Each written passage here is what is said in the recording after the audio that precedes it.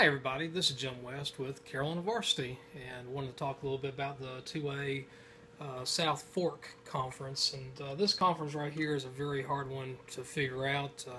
Had some coach changes, had some player transfers, and a lot of players have just graduated. So going to have a long, it's going to be a long season for some, and it's going to be confusing for many of us to figure out who is the best team.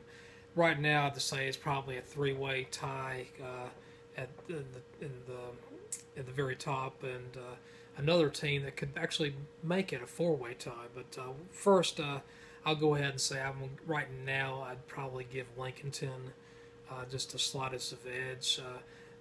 Good veteran team. They've had a quarterback transfer out and had some graduation. Some players graduated. Surratt's gone, but it's going to be a hard year to replace a receiver. I think he had 130 receptions last year, something phenomenal like that. It's going to be hard to replace him, but they'll do fine. They have a lot of talent. Number two, I'm going to go with Newton-Conover right now. Before I had them at 3, I actually had Lincolnton at number 2, and I think Newton-Conover they're a very special team too. They're a well-coached team, and I think it's going to be a veteran team. Should be a very smart team. So I'll go with Newton-Conover at 2. East Lincoln, I will go down to 3 now. I did like them until I heard there were some more transfer issues, and of course losing Coach Bias, who's left the program. Coach Bias made East Lincoln into a phenomenal program. He was the head coach before he was there. East Lincoln struggled, and when he got there, they won, and they won a lot. Won a couple state championships, but I still think there's enough seeds there to keep East Lincoln within the contention for the conference crown. But it might not be quite as fun as it has in the past few years. Number 4, I'm going with Bandy's.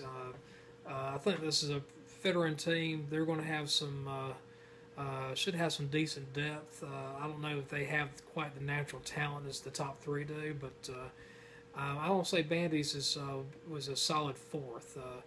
And I'll give them 4th over Maiden. Maiden just lost a lot of players to graduation. I think this is going to be a rebuilding year for Maiden, and I don't really expect much of anything special from Maiden this coming year. Maybe in 2018 you'll see something where they're in the top 3 again in the conference. But this year it's going to be a struggle.